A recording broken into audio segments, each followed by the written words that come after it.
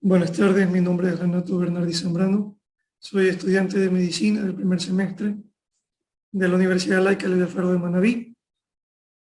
Vamos a estudiar en este video la anatomía de la vena yugular externa, la vena yugular anterior, la vena vertebral, la vena cervical profunda, las venas tiroides inferiores y la vena subclavia. La vena yugular externa recoge a la sangre que proviene de las paredes del cráneo, de las regiones profundas de la cara y de los planos superficiales de la región posterior y lateral del cuello.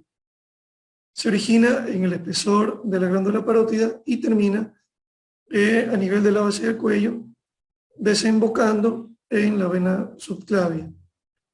El nacimiento de la vena yugular externa se da dentro de la glándula parótida, inferiormente al cuello del cóndilo de la mandíbula, y es el producto de la unión de la vena temporal superficial y de la vena maxilar.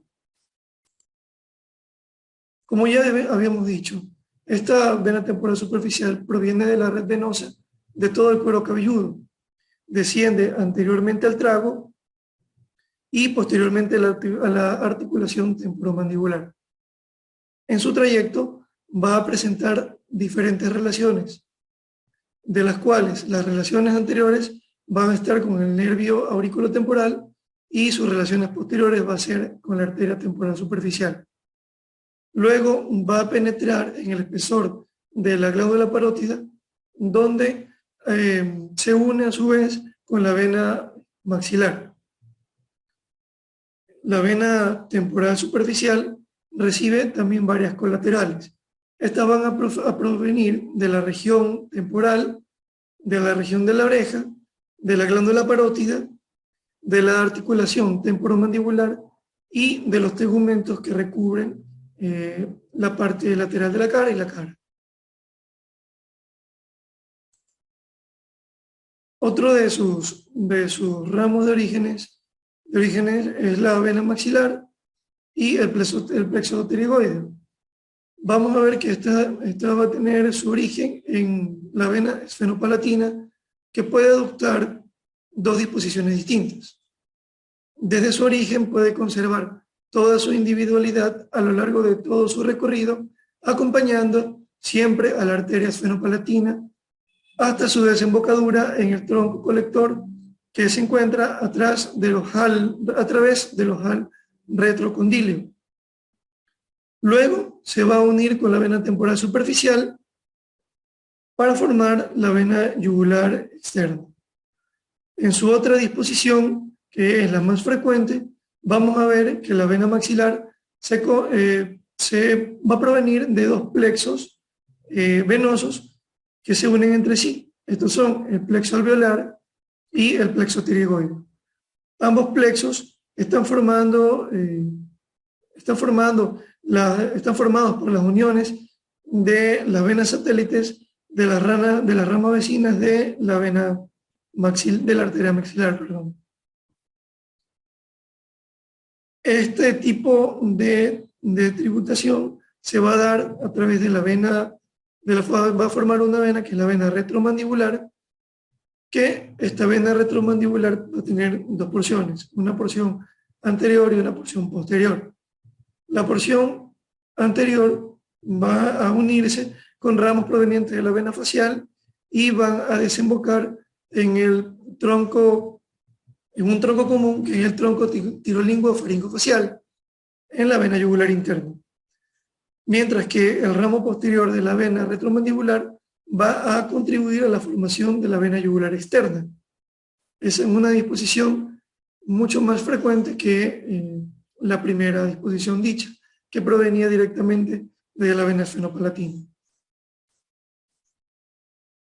Ahora, la vena yugular externa tiene un tronco que va a estar dividido en tres regiones distintas. En la región parotidia, en la región esternocleidomastoidea y en la fosa supraclavicular.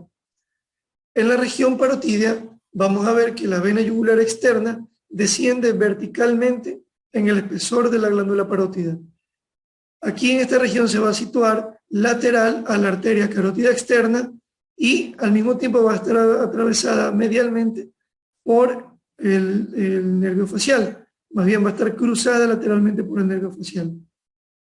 En el extremo inferior de la glándula se va a introducir en un desdoblamiento de la lámina superficial de la fascia cervical para luego continuar hacia la región esternocleidomastoidea. En la región esternocleidomastoidea, la vena yugular externa cruza oblicuamente el músculo esternocleidomastoidea y va a estar recubierta por el músculo platismas. Aquí la vena yugular externa va a estar incluida inicialmente en un desdoblamiento de la hoja superficial de la vaina o de la fascia del músculo, pero después solo va a estar cubierta por el tejido celular subcutáneo, es decir, se va a hacer superficial. A este nivel, como ya lo habíamos dicho, la vena yugular externa va a estar cubierta por el músculo platisma y va a cruzar o va a ser cruzada en su cara profunda por el nervio transverso del cuello, que lo encontramos aquí, el cual es rama proveniente del plexo cervical. Ahora, en su última disposición, en la región supraclavicular, vamos a ver que la vena yugular externa aborda la región cerca del ángulo anteroinferior de la fosa supraclavicular mayor, atraviesa la lámina superficial de la fascia cervical y después también atraviesa a la lámina pretraqueal de la fascia cervical inferiormente al músculo omoioideo. ¿Ya? Y a continuación, la vena yugular externa se incurva medial e inferiormente, como lo podemos observar aquí, medial e inferiormente, y desemboca en la cara superior de la vena subclavia, en las proximidades de la confluencia del tronco venoso, de este tronco venoso con la vena yugular interna. Sus ramas colaterales van a ser las venas auriculares posterior y la vena occipital. También las venas occipitales superficiales, las venas cervicales subcutáneas, la vena cervical superficial posterior, la vena de la cavidad timpánica y la vena supraescapular. Su anastomosis, bueno, mal llamada anastomosis, vamos a ver que va a hacer con la vena yugular interna a través de dos ramas que unen a las venas supratrocleares con la vena temporal. Asimismo, a la red que la relaciona o que relaciona el plexo alveolar y el plexo pterigoideo y la vena retromandibular, que como ya lo habíamos dicho, va a dividirse en dos ramas. La vena retromandibular va a tener una rama anterior que se va a comunicar con la vena yugular interna a través del tronco tirolingüo faringofacial. Y vamos a ver que va a estar en relación con la vena cefálica a través de una rama que pasa con frecuencia por encima de la clavícula. Asimismo, también va a tener tributarios de los plexos vertebrales a través de las ramas profundas de la vena occipital. La vena yugular anterior. Esta vena yugular anterior drena toda la sangre de la parte superior de las regiones superior y anterior del cuello. Se origina por la unión de varias venas submentonianas superficiales y de la región suprayoide. Ya formada, la vena yugular anterior desciende verticalmente a cada lado de la línea media. Cerca de su origen es suprafacial, es decir, está por encima de la fascia. Inferiormente al hueso ioide va a cambiar su disposición, va a perforar esta misma fascia que la va a envolver y se dirige dentro de la fascia, es decir, en posición intrafacial, anteriormente al músculo esternoioideo hasta el espacio supraesternal, lugar en el cual va a formar un codo, un ángulo de 90 grados, que es un ángulo recto, y se va a dirigir lateralmente. Pasa por el fondo del saco lateral, correspondiente en cada lado, al espacio, pasa también por el espacio supraesternal, cruza el músculo esternocleidomastoideo por su cara profunda, lo va a cruzar, y termina desembocándose en la vena subclavia o en la vena yugular externa. La vena yugular anterior va a presentar diferentes ramos colaterales con los cuales se van a anastomosar. Estas van a ser ramos que provienen de los tegumentos y de los músculos vecinos. Asimismo, se unen a la vena yugular interna, como ya lo habíamos comentado, a través del tronco tirolinguofaringofacial, mediante dos ramas que se conectan a la vena facial, ¿ya?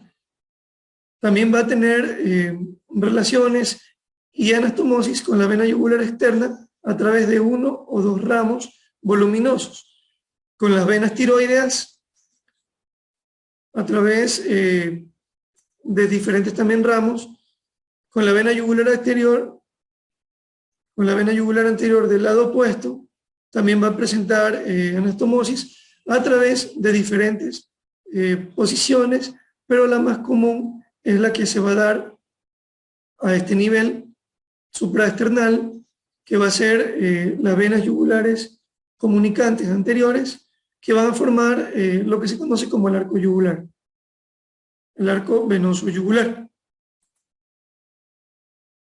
La vena vertebral es una vena única, como la vamos a ver aquí. La vena vertebral es una vena única que es satélite de la arteria vertebral, ¿ya? En su porción cervical.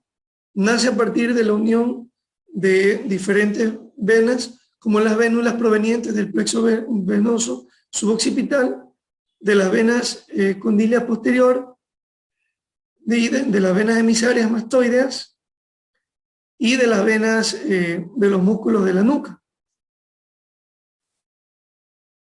Su recorrido va a ser desde su origen, va a alcanzar el agujero transverso de la vértebra atlas y desciende a través de cada uno de los agujeros transversos hasta el agujero transverso de la secta vértebra cervical, lateralmente a la arteria y al nervio vertebral. Como lo vemos en esta disposición, va a ser lateral a la arteria y al nervio vertebral. Luego vamos a ver qué pasa conjuntamente con la arteria vertebral de forma anterior al ganglio cérvico-torácico del tronco simpático y posterior al arco del conducto torácico en el lado izquierdo. Como vemos, pasa posterior al arco del conducto torácico en su lado izquierdo. Finalmente, la vena vertebral va a desembocar en la vena brachiocefálica inferior y posterior a la vena yugular interna. Inferior y posterior a la vena yugular externa. Vena yugular interna. Las ramas colaterales y sus anastomosis van a ser de las venas provenientes de los plexos venosos vertebrales externos, tanto anteriores como posteriores. Los ramos espinales provenientes de los plexos venosos vertebrales internos, de las venas vertebrales anterior o de la vena cervical ascendente, de las venas accesorias, y la vena vertebral va a estar anastomosándose con los senos de la los senos venosos provenientes de la dura madre, de la vena occipital y de la vena cervical profunda. Ahora, la vena cervical profunda, que es la que podemos observar aquí, se origina de la confluencia venosa occipita de todas lo que serían las venas occipitales y vertebrales, y se dirige en sentido inferior y medial, y pasa medial y posterior al músculo oblicuo inferior de la cabeza, hasta la apófisis espinosa del axis, donde se va a anastomosar con la vena cervical profunda del lado opuesto. Así va a ir descendiendo oblicuamente entre el músculo semiespinoso de la cabeza y transverso espinoso, hasta la apófisis transversa de la séptima vértebra cervical, ¿ya? donde se inclina en sentido antero-inferior. Antero-inferior, pasando sobre la primera costilla, ¿ya? Para terminar en la vena brachiocefálica, en la vena brachiocefálica, en una disposición algo inferior a lo que vendría siendo la vena vertebral. Sus ramas colaterales, vamos a ver que estas vienen siendo los ramos provenientes de los músculos de la nuca y se van a astomosar superiormente con la circulación venosa intracraneal y medialmente con las venas de la circulación de la vena yugular interna, externa, y a través de los agujeros intervertebrales se comunica con la vena de los plexos venosos vertebrales internos.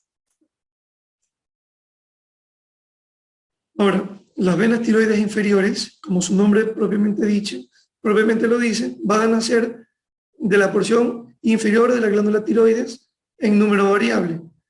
Estas van a descender anteriormente a la tráquea, se anastomosan entre sí y se unen a través de uno o dos troncos principales para desembocar finalmente en la vena brachiocefálica, vena subclavia.